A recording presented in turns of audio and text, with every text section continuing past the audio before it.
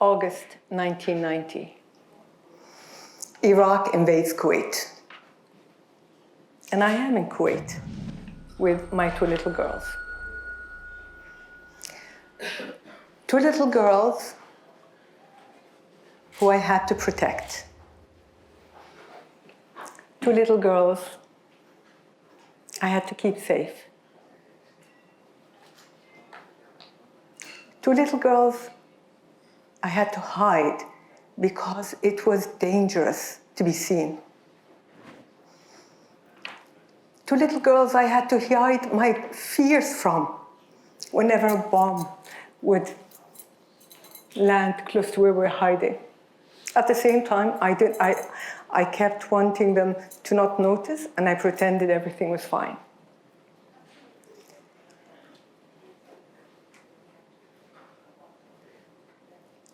Two weeks later, we left Kuwait and went to Saudi, and life went on after that. Kuwait was liberated. It took less than a year. And I thought we're always fine. Until one day, about 5 years after, my little girl, who was 4 at the time, now was about 9. And she did something very small. And what I found myself doing was beating her. And it just dawned on me, what am I doing? Why am I so violent? My mother wasn't, my father wasn't. Why was I? I stopped and I immediately sought help. And one of the best things I did was a therapy. I did about a 10-day therapy called The Work.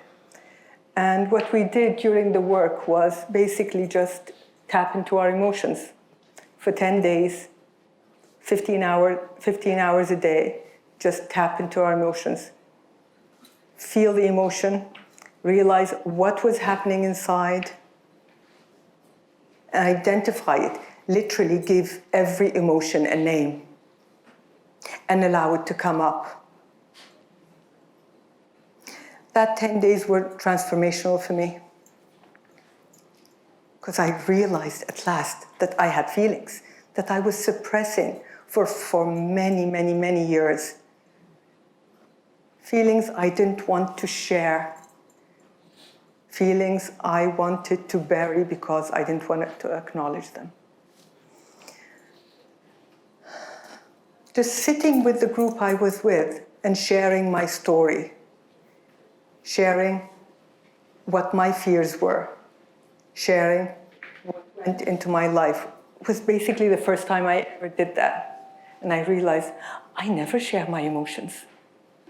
I also realized that for the past 5 years, I've had almost no emotions. I was surviving. I was living, but I wasn't feeling them.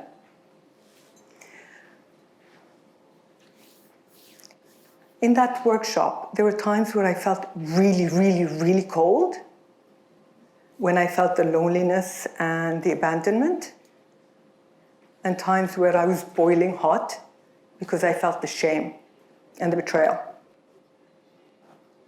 And it wasn't only the trauma of war that I released, but it was also the trauma of hiding.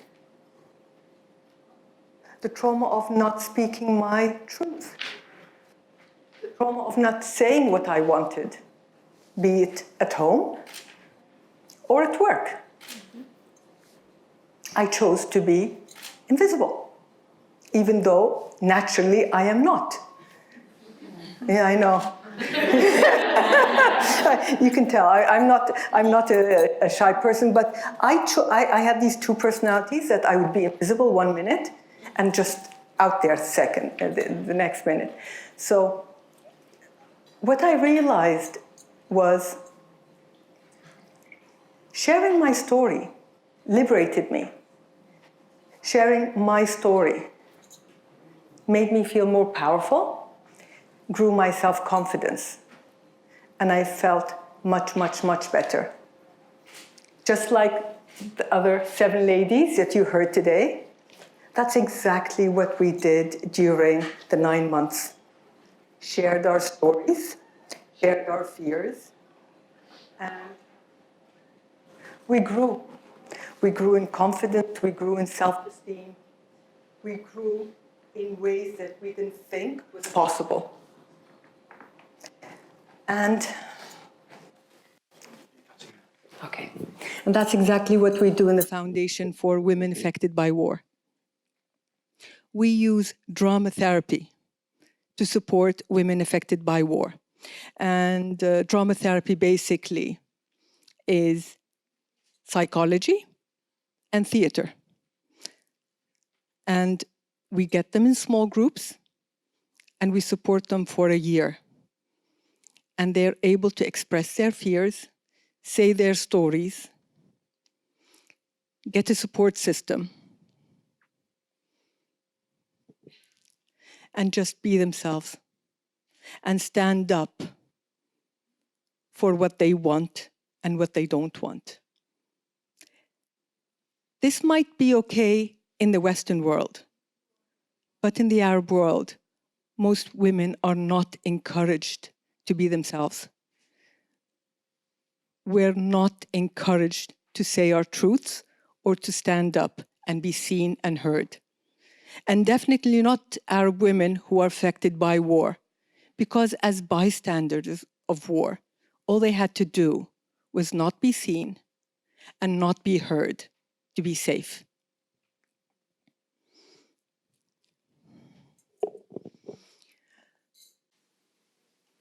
I was blessed. I was able to get over the trauma of war. But in the Arab world, if this continues, this cycle of violence continues against everyone, but mainly women, it perpetuates. It is a non-ending cycle, and it will not stop. And funny enough, women are the glue for society, but wars break down societies, and women affected by war cannot. Yet they don't know how to build the glue again, and without the glue, there will be no peace. So, there's a brochure in your booklets that explains more about what we do using drama therapy, what we do in the foundation, and what our plan is to bring peace to the Arab world through supporting 1 million women. 1 million women who will be able to support 1 million families, 1 million societies, and 1 million regions, because we need peace. And some of you might ask, why should I care for Arab women? Rightly so, why should I care? They don't speak my language, they might even have another religion. Why should I care? We should all care, if not because they're women, but because if this continues, there will be no peace in the world. And basically, the West is paying billions to support the peace process in the Arab world. Knowingly or unknowingly, you want it or not, billions are going from your tax money to humanitarian funding. So, you want to keep your money? Yeah, for sure. And I would advise you to keep your money. We need to have peace in the Arab world. So, my ask for you would be, once you read what we do, because I'm not going to explain more about what we do in drama therapy,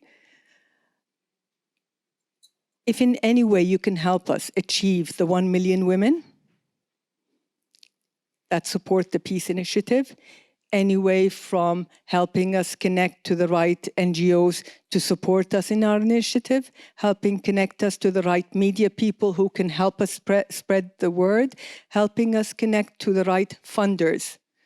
Because we're a UK-based charity, there is tax exemption in that too. So, yeah. So if you can help us in any way, please do. If not for the women, then for your money and for the peace in the world. One last thing, since I'm the last speaker, if I may ask you something. I'm going to ask you one more thing. Okay, so I'm just going to say, so the name of the foundation is Intisar Foundation, just like my name. And my name, Intisar, means victory. And one thing about being seen and heard, I love, and that is just standing in our own power. So if I might ask all of you ladies here, please, to stand up. Take all the space you need. Put your hands up in a V sign. I want you to see everyone. Yeah. Everyone has to be seen. Everyone has a right to be heard. V, oh yeah, Robin, you too. V is for victorious. V is for visibility. And V is for vulnerability. So all 80 of us have to help the world for peace. Victory.